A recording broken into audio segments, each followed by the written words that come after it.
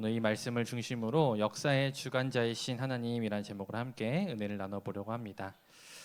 오랜만에 이제 청년부 예배로 우리가 나와왔습니다. 2주 동안 또 단기 선교 헌신 예배, 그리고 지난주는 또 기공 예배로 우리가 이 자리에서 모이지 못했는데 오랜만에 이렇게 모여서 함께 예배 드리는 게 정말 기쁨이 되는 것 같습니다.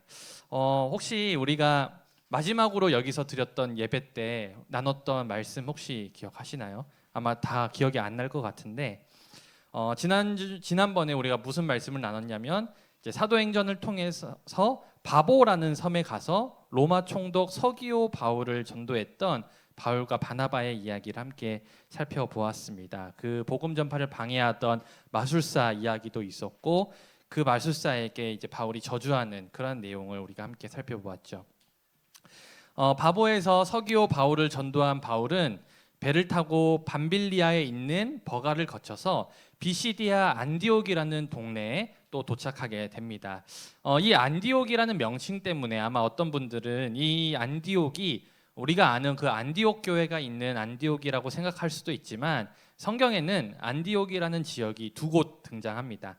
하나는 여러분들이 아시는 그 안디옥 교회가 있는 수리아에 있는 안디옥이고, 다른 하나가 바로 오늘 말씀에 등장한 비시디아 안디옥이라는 도시이죠. 그리고 이 두 도시는 이름만 같지 전혀 다른 도시였습니다. 이 수리아 안디옥은 굉장히 큰 도시였고 문화가 발전한 도시였지만 오늘 이 말씀에 등장한 비시디아 안디옥은 굉장히 작은 도시였어요. 이 비시디아 안디옥에 도착한 바울은 언제나처럼 가장 먼저 유대인들의 회당을 찾았습니다. 제가 전에 말씀드렸죠. 바울은 어느 지역에 가든지 가장 먼저 가는 곳이 있다면 유대인들의 회당, 그리고 그곳에서 유대인 전도를 가장 먼저 시작했습니다. 그리고 유대교 예식에 바울은 함께 참여를 했어요. 그 당시에 이제 유대교 예식 순서를 보면 어떤 순서가 있었냐면 회당을 이제 예배를 이제 하는 그 종교 예식을 하는 회당장이 나와서 대표로 성경 말씀을 읽은 후에 유대인들 중에 어떤 자격을 갖추고 있는 유대인들 가운데, 그 예식에 참가하는 유대인들 가운데 자유롭게 간증을 할 수 있는 시간이 있었어요. 그래서 오늘 말씀에도 보면 회당장이 구약의 말씀을 읽은 후에 뭐라고 얘기하냐면 그 자리에 모인 사람들에게 만일 백성을 권할 말이 있으면 권하라라고 이야기하는 것을 오늘 말씀에 기록하고 있죠. 그때 바울이 일어나서 이제 설교를 하기 시작한 겁니다.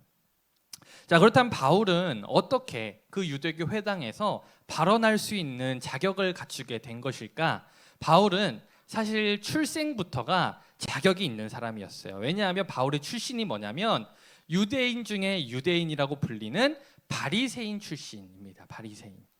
그렇기 때문에 바울은 이미 그 자신의 출신만으로도 회당에서 발언할 수 있는 자격을 갖추고 있는 사람이었고, 다시 말해 그는 이러한 출신을 근거로 복음을 전하는데 적극적으로 사용했음을 우리가 알 수가 있죠.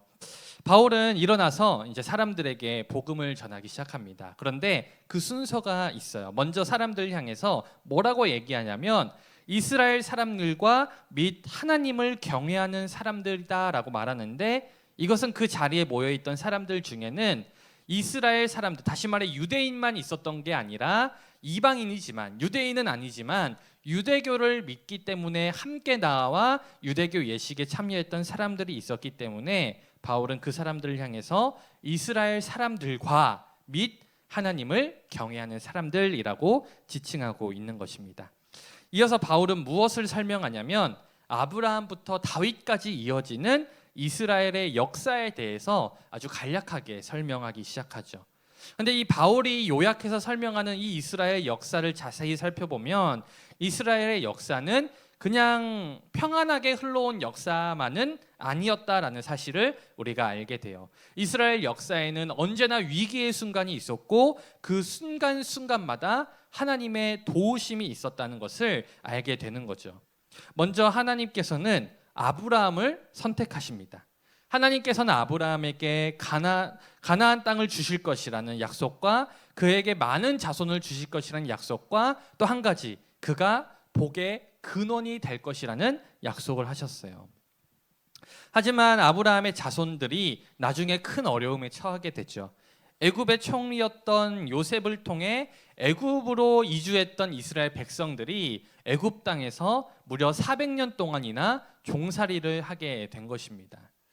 하지만 이방 나라에서 나그네가 되어 있던 이스라엘 백성들을 하나님께서는 보고만 있진 않았어요. 때가 이르게 되자 하나님께서는 그들을 이끌어서 애굽 땅으로 인도해 내셨고, 애굽에서 가나안 땅으로 인도해 내셨고, 그들은 하나님이 약속하신 가나안 땅을 향해 걸어가게 됩니다. 그런데 하나님의 은혜로 애굽에서 탈출했지만 가나안까지 가는 길도 평안하지는 않았어요.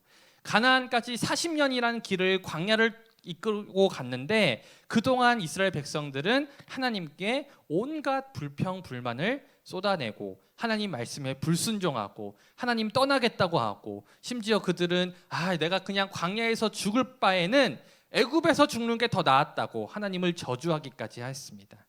그러나 하나님께서는 40년 동안 그들의 그 소행을 참아내시고 마침내 그들을 가나안 땅으로 인도해 내셨고, 가나안에 살고 있었던 7 족속들도 모두 물리치고 이스라엘 백성들이 가나안 땅을 차지할 수 있도록 인도해 주셨어요.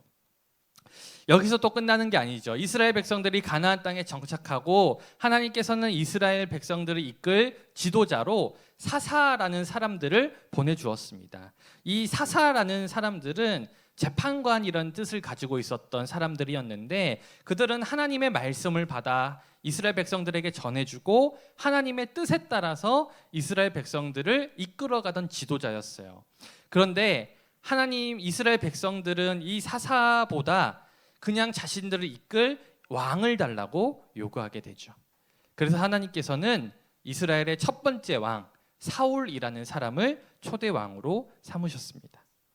하지만 처음 사울이 왕이 되었을 때는 그는 정말 하나님께 정직한 왕이었지만, 그가 시간이 지나게 되고 점점 권력에 취하게 되자 그는 하나님을 저버리고 자기 뜻대로 하나님을 통치하는 악한 왕으로 변해버렸어요. 그래서 하나님께서는 그 사울을 패하시고 다윗을 세우게 됩니다. 오늘 바울이 언급했던 이 이스라엘의 전체적인 역사를 살펴보면 이스라엘 백성들은 언제나 하나님께 불순종했어요. 그들은 단 한순간도 하나님께 순종했던 적이 없습니다. 늘 하나님께 불평했고요, 늘 하나님께 불만을 쏟아냈고요, 늘 하나님의 말씀에 반대되는 길을 걸어갔어요. 그래서 여러 가지 위기가 있었죠. 그런데 그 역사적인 위기 때마다 이스라엘 백성들을 지켜주시고 보호해 주신 분은 바로 하나님이셨습니다.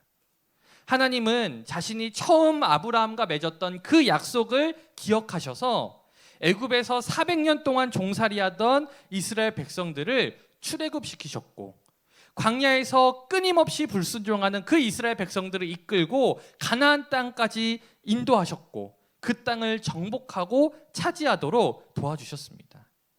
심지어 하나님은 자신이 세운 사사를 거부하고 왕을 요구하는 이스라엘 백성들을 위해 왕을 세우셨고, 자신이 세우신 초대 왕이 하나님을 저버리자 하나님께서는 이스라엘 백성들을 이끌 위대한 왕 다윗을 새로운 왕으로 세우셨습니다. 이처럼 이스라엘의 역사를 살펴보면 이스라엘 백성들은 언제나 하나님을 배반한 역사였고 하나님과 멀어지는 역사를 가졌지만, 하나님께서는 언제나 이스라엘을 돌보시고 인도해 주시는 역사를 이뤄내셨습니다. 여러분, 하나님께서 이스라엘 백성들을 왜 이토록 이끄시고 보호해 주셨을까요? 이스라엘 백성들이 잘 먹고 잘 살게 하기 위해서가 아니었어요. 하나님의 계획은 이스라엘 백성을 마치 미국처럼 강대국으로 만들어서 세계를 정복하려는 뜻이 아니었습니다. 하나님께서 그토록 자신을 배반하고 그토록 자신을 떠나가는 그 이스라엘 백성들을 끝까지 붙드시고 그들을 지금까지 인도해 내신 것, 바울이 오늘 설교하는 이 시기까지 이스라엘 백성들을 인도해 내신 것은 바로 단 한 가지 이유죠. 예수 그리스도를 이 땅에 보내기 위해서였습니다. 그래서 오늘 바울은 다윗까지 이어져 있던 이 이스라엘의 역사의 아주 정점으로 다윗의 후손으로 오신 예수 그리스도를 소개하고 있어요. 그리고 이어지는 말씀에서 바울은 이 예수가 바로 하나님이 약속하셨던 그리스도가 맞다는 것을 증명하기 위해 온 힘을 쏟고 있습니다. 먼저 바울은 세례 요한의 말을 인용합니다. 그 당시에 세례 요한은 온 이스라엘 백성들이 인정하던 영적인 지도자였어요. 그렇기 때문에 다른 어떤 사람들의 말보다 이 세례 요한의 말은 강력한 신빙성이 있는 증언으로 받아졌는데, 그 세례 요한이 뭐라고 얘기했냐면 내가 그리스도가 아니라 자기 이후에 오실 그분이 그리스도라고 증언하였다라는 것이죠. 그것은 바로 세례 요한 다음에 오실 예수가 바로 세례 요한이 증거했던 그리스도라는 아주 강력한 증거가 되었습니다. 하지만 안타깝게도 세례 요한의 증언이 있음에도 유대인들은 예수님이 메시아라는 사실을 알지 못했어요. 예수님은 분명히 성경에 예언된 대로 오셨지만 유대인들은 그토록 자신들이 암기하고 공부하고 그렇게 읽던 구약의 말씀을 제대로 이해하지 못했기 때문에 예수님이 그리스도라는 것을 알아보지 못했고 결국에는 그를 십자가에 못 박아 죽이게 되죠. 그런데 놀랍게도 예수 그리스도의 죽음조차도 사실은 하나님께서 기록된 말씀을 다 이루시기 위해 하나님께서 하신 일이었다고 오늘 바울은 이야기합니다. 예수님께서는 구약의 말씀대로 오셨고 구약의 말씀대로 십자가에 못 박혀 죽으셨고 구약의 말씀대로 다시 부활하셨습니다. 특히나 구약 성경은 앞으로 오실 메시아는, 앞으로 오실 그리스도는 부활로서 알 것이라고 말하고 있는데, 바울은 오늘 설교를 통해서 그 부활에 대해서 예언하고 있는 아주 대표적인 구약 성경의 말씀을 인용하면서 부활하신 예수야말로 메시아가 맞다, 그리스도가 맞다라는 강력한 증거로 제시하고 있습니다. 그리고 예수가 진짜 그리스도가 맞다는 것을 증거한 바울은 마지막으로 십자가의 사건과 부활이 이 말씀을 듣는 사람과 무슨 상관이 있는지에 대해서 결론적으로 설명하고 있어요. 그것은 바로 예수님께서 십자가에 달리시고 부활하심으로 우리가 죄사함을 받게 되었고, 주께서 바로 우리의 죄를 대신 지시고 십자가에 달려 죽으셨다가 사흘 만에 부활하심을 믿는 그 믿음 때문에 우리가 의롭게 됨을 입었다라고 말하고 있습니다. 다시 말해서 하나님께서 예수 그리스도를 이 땅에 보내신 이유는, 메시아를 보내신 이유는 바로 우리들을 의롭게 하기 위해서, 우리의 죄가 사함받고 우리를 의로움의 자리로 옮기기 위해서 예수를 보냈다는 것을 바울은 증거하고 있어요. 오늘 말씀이 조금 길고 어쩌면 지루할 수도 있고 어쩌면 어려울 수도 있는 말씀이 맞습니다. 그런데 여러분, 오늘 이 바울의 설교에서 우리는 아주 중요한 사실을 한 가지 발견하게 돼요. 바로 이 땅의 역사는 인간들의 노력과 행동이 모여 흘러가는 것 같지만 사실 그 모든 역사의 이면에는 하나님의 섭리가 존재한다는 사실입니다. 여러분, 하나님의 섭리가 무슨 뜻이냐면 우주에서 발생하는 모든 일들을 돌보시고 이끄시는 하나님의 통치, 그것을 바로 우리는 하나님의 섭리라고 이야기합니다. 다시 말해서 이 땅에 있는 모든 일들은 그냥 일어나는 게 아니라, 우연히 일어나는 게 아니라, 인간의 의지로 흘러가는 게 아니라 사실은 그 이면에 하나님의 이끄심, 하나님의 통치, 하나님의 섭리가 있음을 우리가 기억해야 한다는 거예요. 모든 역사에 하나님의 섭리가 있다는 것을 기억하는 역사관이 바로 우리 그리스도인들이 가져야 될 세계관이자 역사관입니다. 사랑하는 여러분, 그리스도인들은 하나님의 섭리를 믿는 사람이에요. 그래서 그리스도인들은 때로는 이 세상이 잘못된 방향으로 가고 있다 할지라도, 그리고 우리 개인의 삶에서 때로는 실패와 어려움을 경험한다 할지라도 그 안에도 하나님의 뜻이 있음을 믿고 고백하면서 이러한 일들을 허락하신 하나님의 뜻이 무엇인지를 생각하는 사람, 그러한 사람들이 바로 그리스도인이라는 뜻입니다. 그냥 흘러가는 게 아니라, 어려운 상황 속에 불평하고 끝나는 게 아니라, 도대체 이 상황 속에서 하나님이 무엇을 이루기를 원하는지 그것을 고민하고 그것을 알아가는 게 바로 그리스도인이라는 사실이죠. 때로는 우리가 이해할 수 없는 상황도 있어요. 저도 사실 이 세상이 흘러가는 방향을 보면 도대체 하나님이 무슨 뜻을 가지고 이 세상을 이렇게 경영하시는지 의문을 가질 때가 있습니다. 그럴 때 우리는 하나님께 기도로 물어보면 돼요.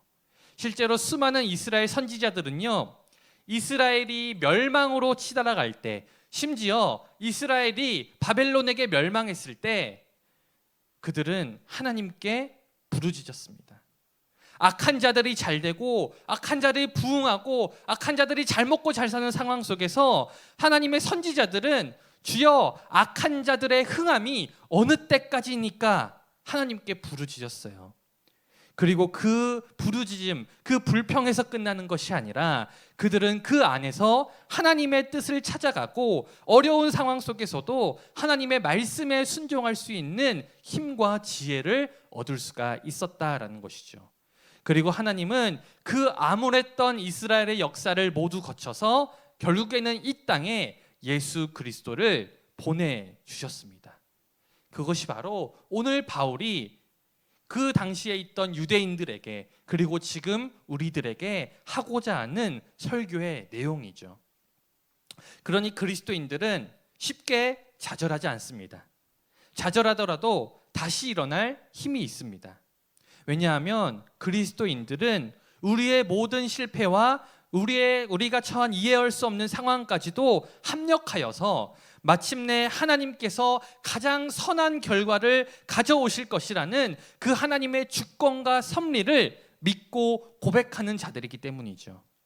그러니 우리의 소망은요, 나의 강함에 있는 게 아니에요.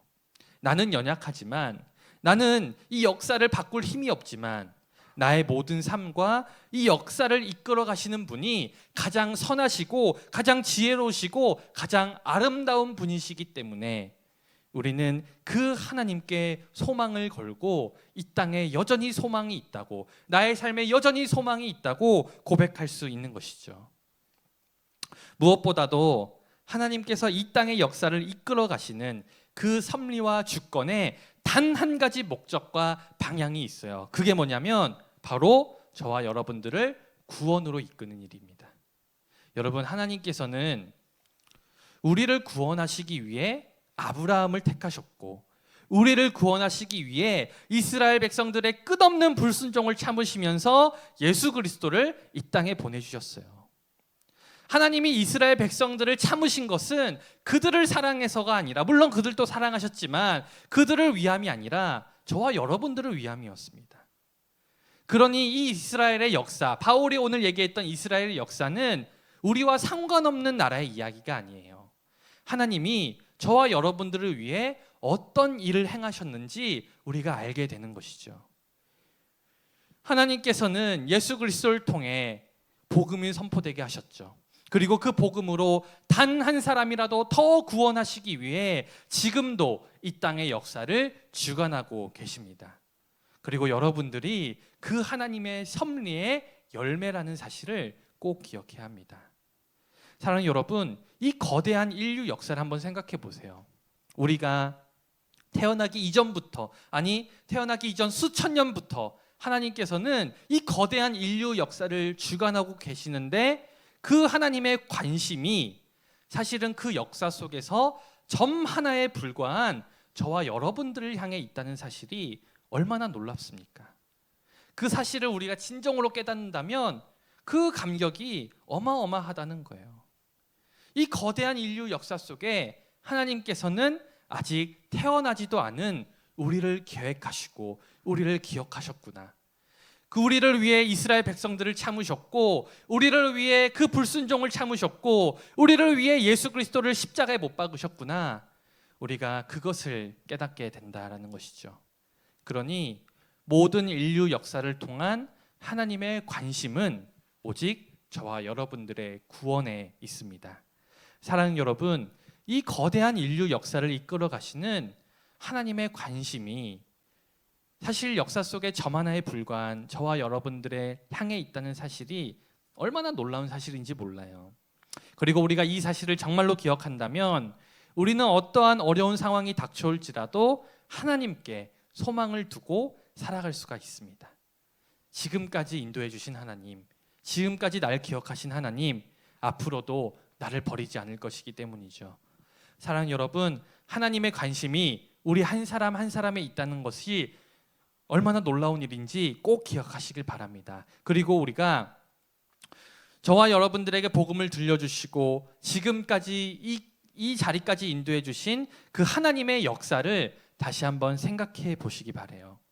우리가 그 하나님을 믿는다면 저는 분명 우리의 남은 삶 속에서도 어떠한 일이 있을지라도 우리는 하나님을 붙잡고 의지하며 승리할 수 있을 줄 믿습니다. 부디 우리의 역사의 주관자이신 하나님, 그리고 나를 사랑하시는 하나님을 깨달아 언제나 승리하시는 저와 여러분 다 되시기를 주님의 이름으로 간절히 축원드립니다. 우리 함께 찬양하면서